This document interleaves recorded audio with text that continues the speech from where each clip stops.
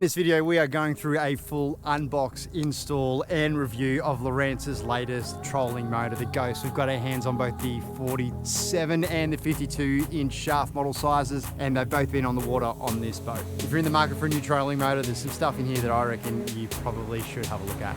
Let's get into it.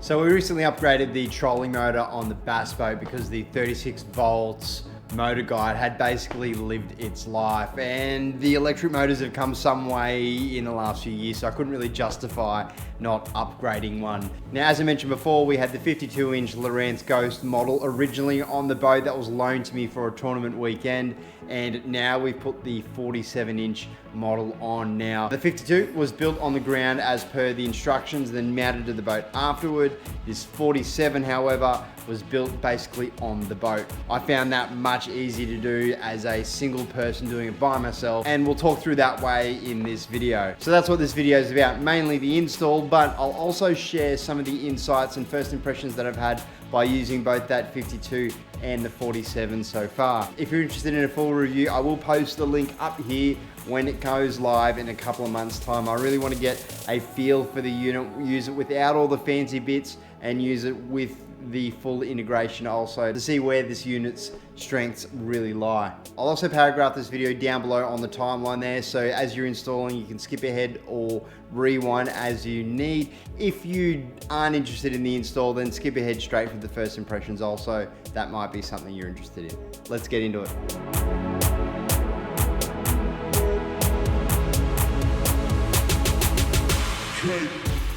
So if you're ordering it online or you picked it up in the shop and you're installing it on your boat yourself, it comes in one large box with basically everything you need. I did need to purchase a couple of extra items, and I'll get to those in a bit, but as soon as I took the padding away, you can see the head of the unit and the motor.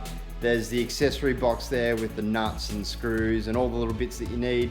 And finally, in this other box, you'll find the motor mount.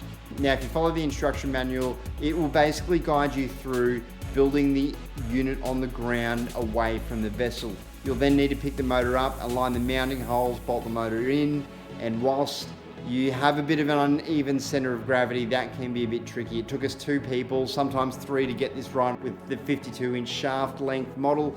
But the second time I decided I was by myself and I would build it on the bow to start with. That way, while it was still lightweight, I was able to line up the mounting holes and then build it on there. I actually found it a much easier way to build the unit. So Lowrance have actually really done a nice thing here, and it's kind of smart in terms of the marketing aspect, but they've made their mounting holes compatible with Motor Guide and Minn Kota. I can't speak for Minn Kota because I didn't have one on this boat, but the holes definitely lined up with the Motor Guide holes that I had existing on the boat. It was really nice that I didn't have to re-drill holes through my boat to mount a new unit, and that's definitely a positive. Now, because of the existing Motor Guide holes and their alignment and this unit's alignment, it meant that I actually needed a little bit of piece of shoring, padding, decking, whatever, spacing, whatever you want to call it, to lift the motor up ever so slightly off it. The reason I needed to do that was because of the shroud. The shroud that we've got at the front of the Phoenix here does actually pop up a little bit, and I was getting a little bit of rubbing there, a little bit of confliction. So by lifting the motor up ever so slightly, that helped me. Now, it does come with 6 extra spaces, these padded ring things here that you can see, and they do lift your unit up off the deck. They are for optional use. I just needed that extra plank on top of that to fit it to my boat. Now, subsequently, because of that raised height, I actually had to go out and buy some extended marine grade bolts. I think I added about 25 mil to the length of the bolt that went in. Also bought the matching nylon bolts, but it all worked a treat. I will say, if you are using the OEM bolts, the bolts that come in the box, just be careful on the power tools. I did find that the heads of the bolts that came in the box did scrape up against the unit mount itself, and they left a little bit of a mark there. So I'd probably just stay away from the power tools there if you have that option. If not, and you don't really care about scratching the unit, well then go ahead and do whatever. Once I lined up the holes, my mounts, the spacers, all I needed to do was throw the stow strap underneath it, bolts dropped in, and then I reached through the hull and put the washers and then the nuts on top of it. Tighten them down to finger tight initially, and then once everything was in, the tools came down and I locked that mount down to the deck.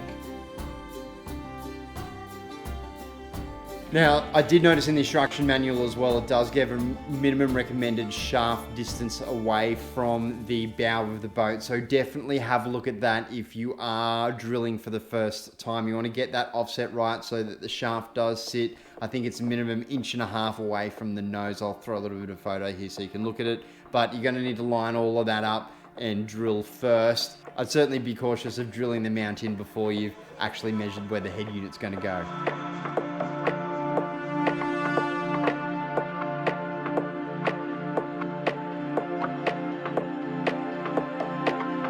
Now, before we continue, a big shout out to HWS for helping us with the product that you see in this video. The channel did pay for the product, but these guys have helped out with the knowledge, the logistics of getting the unit, and the support to tie everything together. If you're liking the content that the channel is producing and you're in the space of purchasing some of this gear yourself, I'd encourage you to support the business that are supporting this channel and the content that you're watching. I'll throw a link below, but you're able to purchase everything that you're seeing in this video from those guys at HWS. They'll be able to help you with shaft lengths, which model Ghost is best for you, NMEA cables and network stuff, and just basically any questions that you might have. So check them out. Now, Lowrance call it the deploy and assist spring. It kind of reminds me of a gas strap, but its installation was actually quite easy. Grab the assist spring and orientate it so that the arrow is pointing upwards.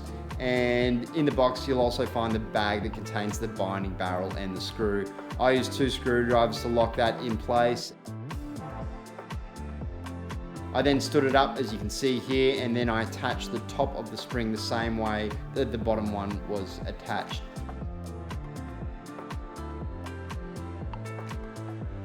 After the assist spring was installed on the mount, I then closed the mount and grabbed the main shaft and the motor head. It actually lined up and slot in really easily. I grabbed an Allen key and basically tightened those down, and we were done with the majority of the mechanical install, if you like. I will note that, like a chump, I looked everywhere for these hex/Allen key screws that were not in the box. I looked everywhere in the box for them, and then I eventually found them in the mount themselves, just waiting. So just be wary of that. Don't go looking everywhere.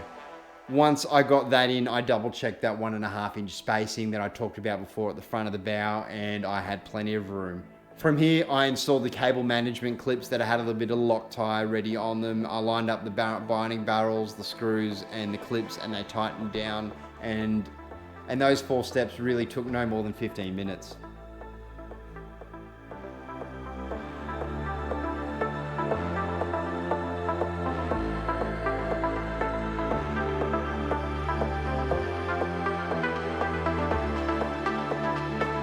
The last 2 items before we got into the electronics were the stabilizer and the propeller. To install the stabilizer, we put the motor in the stowed position and then measured it up to protrude out the top. Now that pole goes up to the top and kind of sticks out from this little area here by 20 mil. What I would recommend is that you make a conservative cut on that 20 mil. I don't know, maybe like 25 mil or something or other. Screw it in first and test and adjust from there. You can always cut more off, but you can't add more if you cut too much.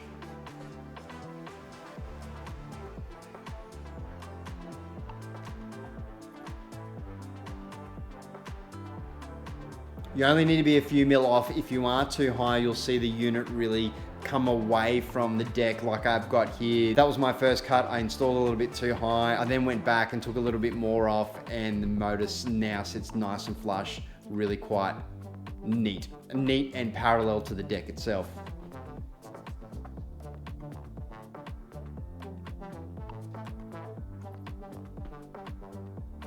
Once you had a correct size, a plastic cap does go on the top, and on the bottom, we put a rubber stopper. Now, something on that rubber stopper, after using the 52-inch for a little while, I did notice that in rough weather, that rubber stopper came off. So I am personally going to recommend a little bit of goop in there, allow it for 24 hours to set, but a little bit of goop there to get that rubber stopper connected to the bottom of that shaft.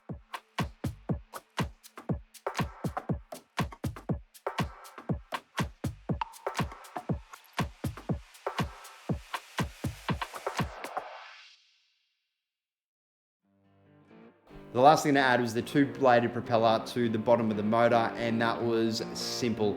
Just throw the propeller on, the washer on, and then tighten down the nut, and your assembly is pretty much complete.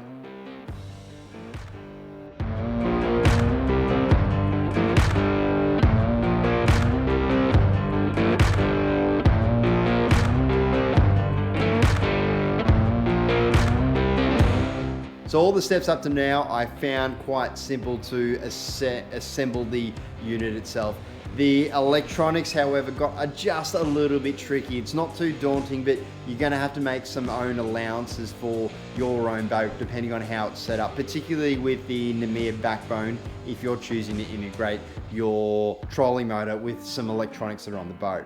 The first thing that I did though was solder the power connections and get power to the unit. I do have this power saver buddy in the boat, and if this unit was staying on the vessel for a long time, I also would have trimmed down the amount of power cable that is coming out of the foot pedal, but I didn't. The unit's being sold on in a few months after I've completed my full review, so I did not want to keep on a little bit of excess there for whoever buys it next.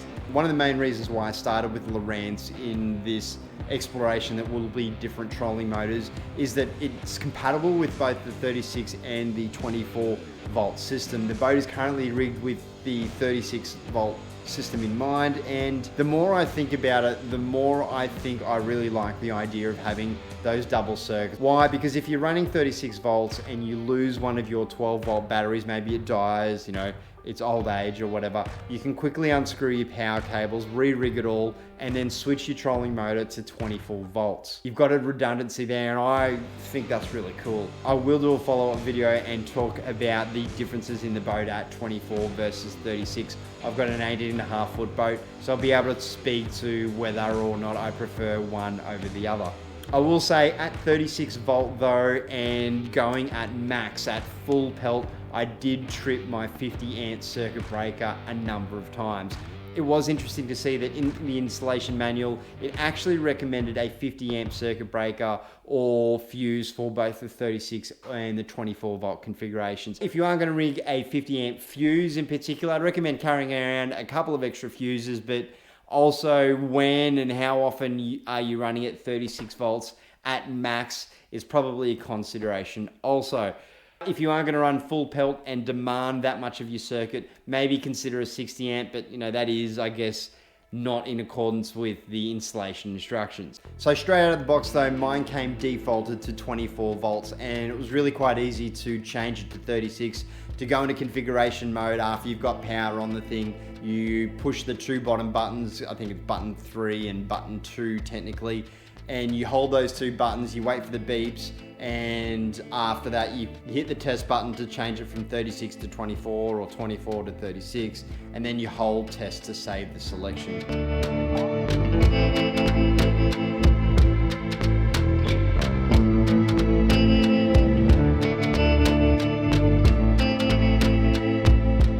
In terms of the remaining cabling, after I've got that power sorted, I worked left to right on the front of the pedal to sort everything out from there. The NMEA networking and the cabling was the first thing that I needed to sort out, and I quickly I'll roughly draw what I had to do, but I had a backbone already at the back of the boat at the console, and I somehow needed to extend that backbone, and I used a bit of an extender to make a secondary backbone, if you like. It is still technically the same one. Into those two backbones, or spikes if you like, I threw the trolling motor into one side and made another one for the HGS Live unit that sits at the front. With those two items, the Ghost and the HGS Live up the front, and with an active target on order as well as another head unit, I did really want a secondary backbone up the front there rather than running all my cabling to the existing backbone at the console. To do all of that, I ended up having to purchase another NMEA starter kit, which is a bit of a bundle that has everything in it that I needed. You could just buy the individual parts. It might end up being cheaper for you, but this is the way that I went. The next cable was the transducer cable, and I stuck that first half, I guess, straight through this hole here that goes into the hull, and then on the back side of that, I connected the fitting that comes in the box that then goes straight into the back of the HGS 12 unit. Now you'll see on the trolling motor as well, I haven't upgraded the head unit yet to my 3-in-1 transducer that we've also purchased with the unit. That will be part of the full review. I'm going to compare whether it's actually worth buying this add-on or not, but for the moment we've just got the HDI transducer in there, so it is easy, it's quite plug and play, it's done. Now the last bit of this install is the trolling motor compass. It is a secondary puck. It's kind of like the 0.1 puck that you have, but it is a little bit different, and it is trolling motor specific. If you read the manual, it basically says it needs to be at least 2 foot away from the unit itself, and it wants the electromagnetic interference to be minimal around it. Now I downloaded a couple of apps on my phone, tried to find and move that phone around to try and find like the smallest amount of electromagnetic interference. I did that with my units on and everything powered up, and the problem that I had was that one app said that I had lots of interference at a spot and none in another, and then I switched the apps and to double check, and then it was reversed. So I got a little bit confused, I was scratching my head.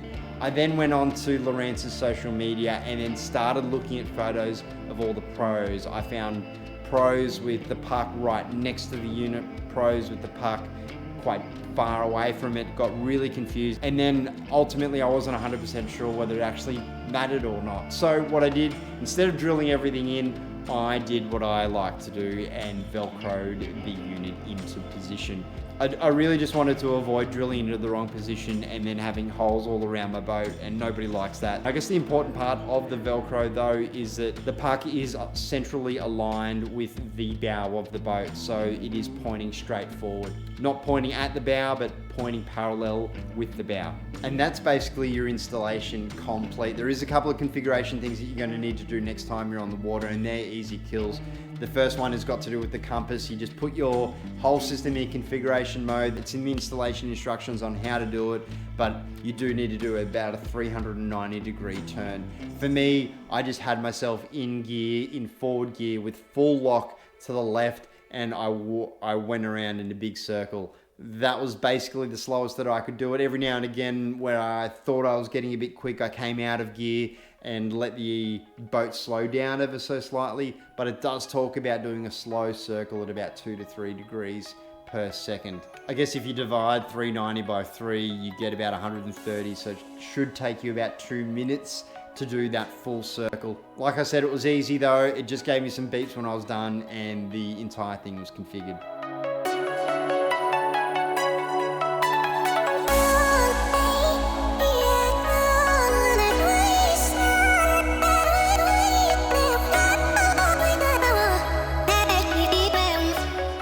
In terms of my first impressions, there are a couple of things I'm excited about with the unit, and a couple of things that I really want to flush out a little bit more.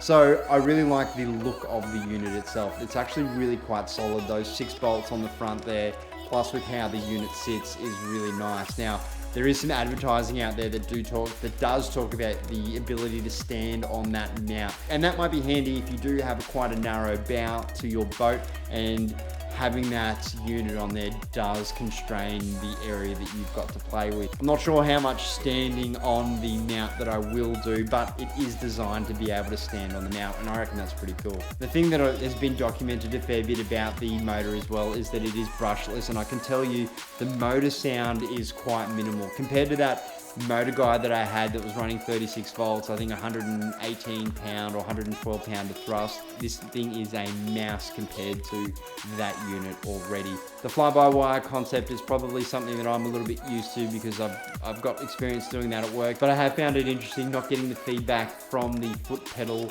or the motor itself back through the foot pedal to let me know where it is. All you really have is the angle of the foot, and I actually quite like that. A couple of other things I've noticed as well, when you're deploying or redeploying the motor head changes to its last known position or automatically stows to a 90 degrees off, whether it's the one that's pointing toward the rear of the boat or the one that's pointing to the front of the boat. It's intuitive that way, and you don't need to align the motor with the mount as the item is coming back up. The thing that I do really want to heavily test though is the anchor and the course autopilot that come with the unit. The integration with the Lowrance units, whether that is the console unit or the one up the front, seem pretty cool.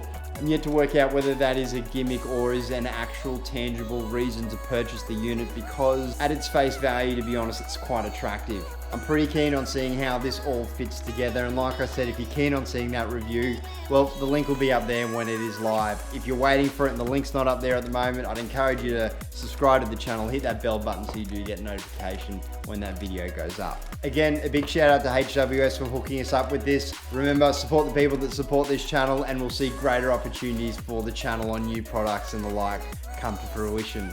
I hope you enjoyed the video. Stay safe. I'll see you next time. We'll be right back.